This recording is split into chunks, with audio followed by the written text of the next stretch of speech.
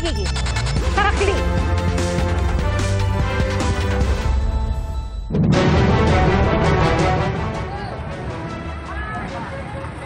Bago sa saksi, 7 pasahero ang sugatan matapos araruhin ng isang pampasaherong jeep ang hilera ng mga concrete barriers sa Commonwealth Avenue sa Quezon City.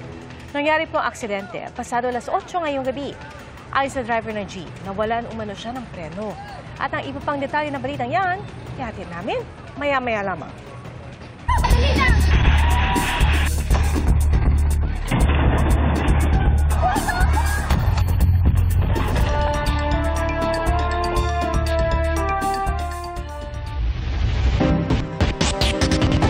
Panibagong magnitude 4.2 na lindol ang yumanig sa Manay, Davao Oriental mag-alas 8:30 ngayong gabi.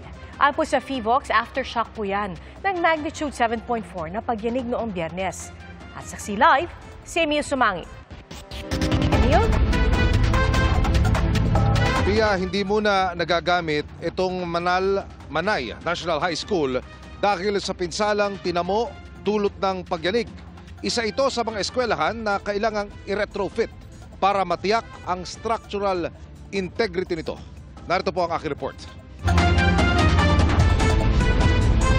Ordinaryong araw lamang sana ang October 10 sa Manay National High School sa Davao Oriental. Pero hindi akalain ng mga estudyante magiging latay pala sa kanilang alaala ang magnitude 7.4 na lindol na yumanig 9:43 ng umaga. Sa lakas ng lindol, nagbuwala na ang mga computer at ibang gamit sa laboratory. Sa isa pang silid, may mga estudyanteng nag-duck, cover and hold pero kumaripas din ang takbo paalis, sabay ng isa-isang pagbagsak ng mga gamit sa loob. Ang mga tao sa gymnasium ng eskwelahan, kitang-kitang nagpulasan ng maramdaman ng malakas na pagyanig. Ang pinsalang iniwan ng lindol sa eskwelahan, mababakas sa nasira nitong istruktura. Ito ang Manay National High School. Isa po sa mga napinsala ng malakas na pagyanig noong isang linggo. Ito po ang itsura ng pasilyo, pati ang loob ng mga classroom. Mga kapuso, makikitang naiwan pa ang mga gamit ng mga estudyante sa loob na sinasabing naglabasan ng maganap ang lindol pasado alas 9 ng umaga noong isang linggo. Mahigit 1,300 na mga mag-aaral ang hindi nakakapasok ngayon dahil po yung mismong gusali na ito, kung nasaan naroon ang aming drone camera, kailangan daw sumailalim sa retrofitting. Pansamantala mga kapuso, ito munang gusali sa aking likuran ang gagamitin ng mga estudyante para makapag-klase. Huwag lamang maapektuhan ang kanilang pagpasok sa eskwelahan. Request na lang kami ng yung MDRR sa munisipyo. Opo. Na kung pwede sila lang sana yung papasok doon sa loob para makuha yung mga gamit ng mga bata kasi nandoon daw yung mga cellphones nila. Nakipag-away na yung mga parents na iba, yung mga estudyante. Sana maintindihan din kami. Dito sa Manay National High School, unang bumisita si Pangulong Bongbong Marcos para malaman kung ligtas pang gamitin ang mga silid-aralan. Kinumusta rin niya ang mga pasyente sa Manay District Hospital.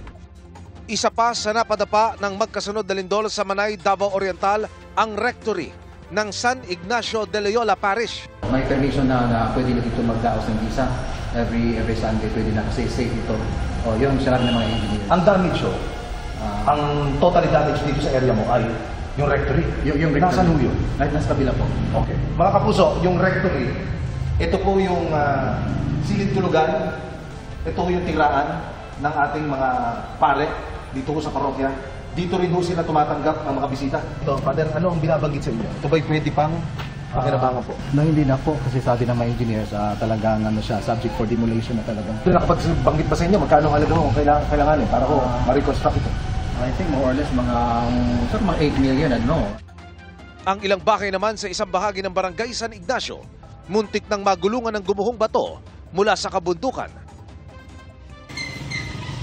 Mga kapuso, ako po'y narito ngayon sa National Highway. Sakop po ito ng Manay, Davao Oriental. Kung inyo makikita, kinukumpuni na po ng mga taga Davao Oriental Electric Cooperative ang linya ng kuryente.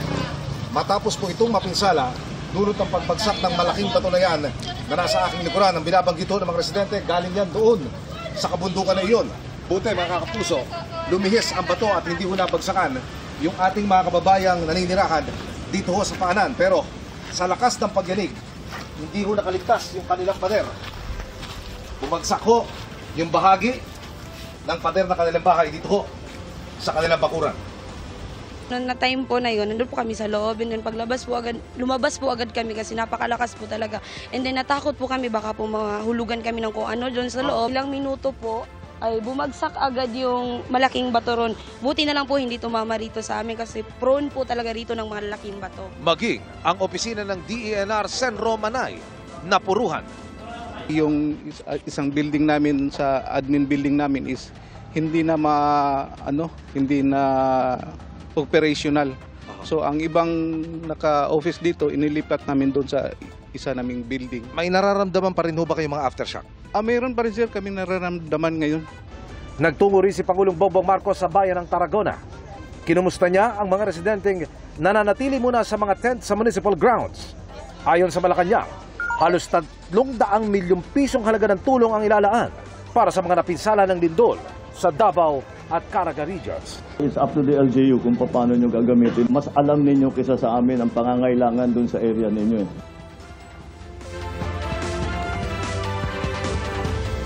Iya, panay ang aftershocks dito sa area ng Davao Oriental, partikular sa area ng Manay at yung mga karatig bayan.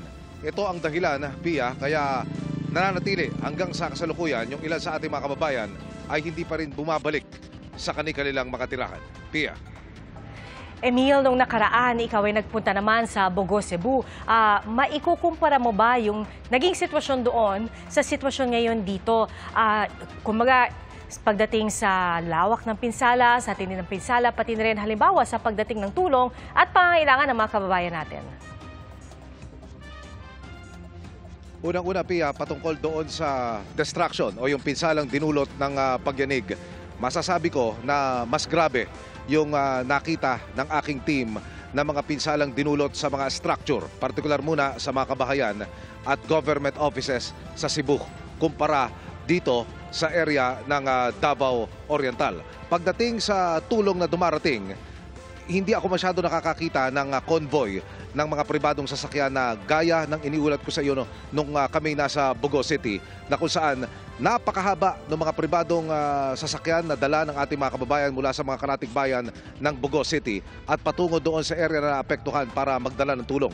Dito sa Davao Oriental, medyo hindi kami nakakita ng ganong klase ng sitwasyon. Kung tulong at tulong ang kailangan ng ating mga kababayan, abay yung pampagawa ng kanilang mga tirahan, lalo na doon sa mga structure na talagang lubos na naapektuhan. Ito ay nasa area ng Manay. Kung lakas at lakas lamang ng pagyanig ang pag-uusapan, may iba-iba kasing bersyon ng kwento.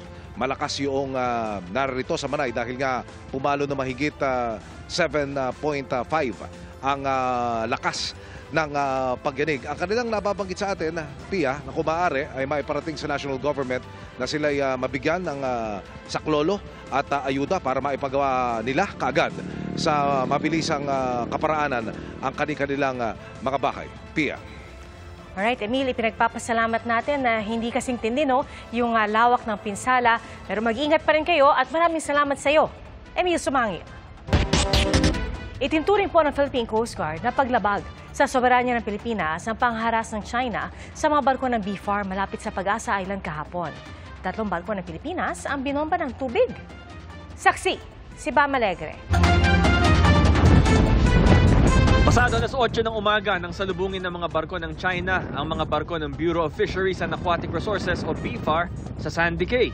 Nasa loob ito ng 12 nautical mile territorial sea ng Pag-asa Island na bahagi ng Palawan. Ibig sabihin bahagi ito ng teritoryo ng Pilipinas. Pero walang ligtas ang BRP Datu Pagbuaya sa pang-water cannon ng CCG Vessel 21559. Binanggapan ito ang likurang bahagi ng barko ng BFAR. Hindi naman nasaktan ng crew pero bahagyang napinsala ang barko. Maya-maya pa ang sinasakyan namin BRP Dato Sanday ang pinuntirya ng mga barko ng China Coast Guard at Chinese Maritime Militia. Nakailang maniobra at pihit na yung ating barko at patuloy pa rin tayo naharangan tulad nitong Chinese Maritime Militia vessel sa ating likuran. Ang dahilan ng pagharang itong Sandy Cay sa ating likuran, isa sa mga binabantayan nating teritoryo dito sa West Philippine Sea. Habang umuusad ang BRP Dato Sanday, sinimulang buksan ng China ang kanilang mga water cannon. May water cannon pati ang Chinese Maritime Militia.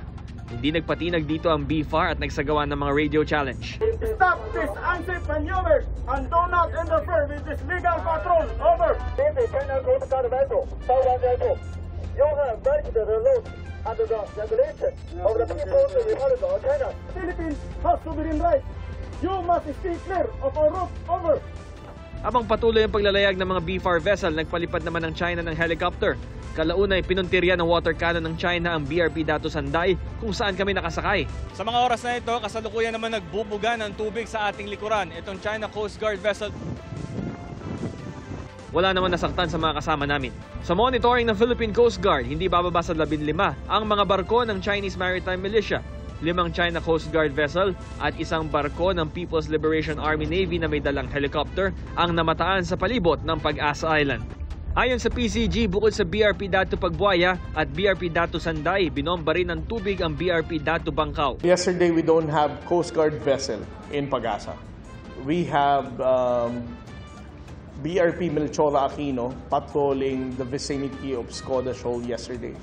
And then we also have 2 other 44-meter vessels in other areas, one in Recto Bank and the other one is in Union Bank. So when that incident happened, the Coast Guard is not there. But I would like to reiterate that these BFAR vessels, there are Coast Guard crew on board. Malapit lang sa Pag-asa Island ang mga barko ng BFAR noong mangyari ang pangharas ng China sa gitna ng Kadiwa mission para sa mga Pilipinong mangingisda. 1.8 nautical miles o mahigit 3 kilometro lang ang layo ng mga barko sa isla. Maituturing na raw itong paglabag sa soberanya ng Pilipinas. This is the closest that the Chinese Coast Guard harassed and bullied BFAR vessel. It only has a distance of 1.6 to 1.8 nautical miles. Yes, very close to Pag-asa Island. They were sometimes focusing only on Pag-asa case. Ayon sa National Maritime Council, maghahain ng karampatang diplomatic action ng Pilipinas kaugnay ng insidente. Itinanggi rin ng PCG ang sinasabi ng China na naitaboy nila mga barko ng Pilipinas. I don't think that they expelled the Philippine vessels. The mere fact that we never deported Pag-asa right after the incidents. And how can they claim that they expelled? As I said, the presence of the Coast Guard, the Armed Forces of the Philippines remain to be in Pag-asa. Mula rito sa West Philippine Sea para sa GMA Integrated News, ako si Bam Alegre, ang inyong saksi. Mga kapuso, hingi na tayo ng updates sa nangyaring aksidente sa Commonwealth sa Quezon City. At saksi live, si EJ Gomez. EJ? Pia, git-gitan umano sa kalsada ang ugat ng pagbangga ng isang pampasaherong jeep sa mga barrier. Dito yan sa kahabaan ng Commonwealth Avenue sa Quezon City, pasado alas 8 ngayong gabi. Sumalpok ito sa 5 concrete barrier at 2 plastic barrier. Ayon sa MMDA, aabot sa 7 ang sakay na pasahero ng naaksidenteng jeep na nagtamo ng iba't ibang injury. 4 sa kanila ang isinugod sa ospital. Ayon sa mga saksi, mabilis ang takbo ng jeep na sangkot umano sa gitgitan nga. Posibleng maharap ang driver sa kasong reckless imprudence resulting in damage to property and multiple injuries. Ayon sa MMDA, nasa 6,500 pesos ang halaga ng kada piraso ng concrete barrier, habang 4,200 pesos naman ang plastic barrier. Gitgitan yung takbo. Parehas mabilis. Nasa gitna yung jeep. Ngayon, iniwasan nyo yung isang jeep kasi puno eh. Puno yung isang jeep. Iniwasan niya rin yung taxi na nasa gilid. Kaya parang nabulaga na siya dun sa barrier. Kaya siya sumalpok. Dito sa kaliwa niya, taxi.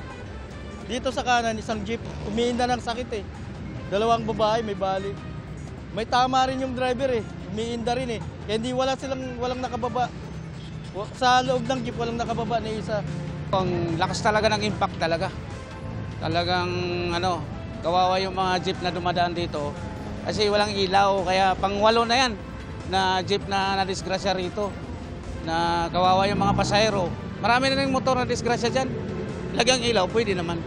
Yun lang masasabi ko para makatulong din tayo.